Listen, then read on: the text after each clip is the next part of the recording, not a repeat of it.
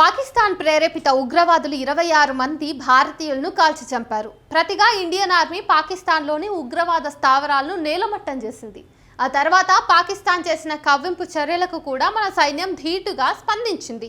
అందుకు దేశమంతా కూడా సైన్యానికి సెల్యూట్ చేసింది, మద్దతు తెలిపింది. అనంతరం కాల్పుల విరమణ జరిగింది. ఆ తర్వాత దేశంలో సోషల్ మీడియాలో రకరకాల పుకార్లు వ్యాప్తి చేశాయి.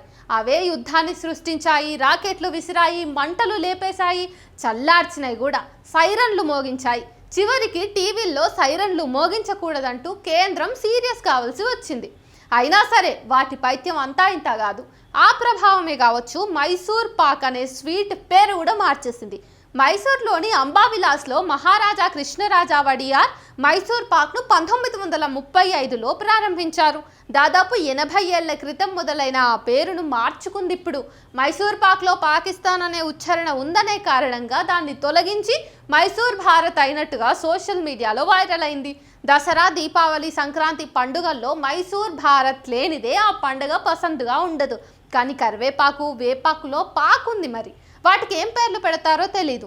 కోవిడ్ సమయంలోనూ కరోనా చైనా నుండి రవాణా అయిందని చెప్పేసి ఆ పేరుతో ఉన్నటువంటి చైనా బజార్లు చిన్న బజార్లుగా మారినాయి. కరాచీ బేకరీ బోర్డులపై దాడి చేస్తున్నారు. దేశంలో ఎన్నో ప్రాచీన కట్టడాలను ఆనాటి రాజులు నిర్మిస్తే సహజంగా వారి పేర్లున్నాయి, వాటి పేర్లు కూడా మార్చుతారేమో. మరి మైసూర్ పాక్లా మైసూర్ ఉండదు, నేతి బీరలో నెయ్యి ఉండదు. కానీ పేరు మార్చడం వల్ల దాని రుచి కూడా తగ్గదు. ఏదో కొంతమంది ఈగోలు సంతృప్తి చెందుతాయి అంతే.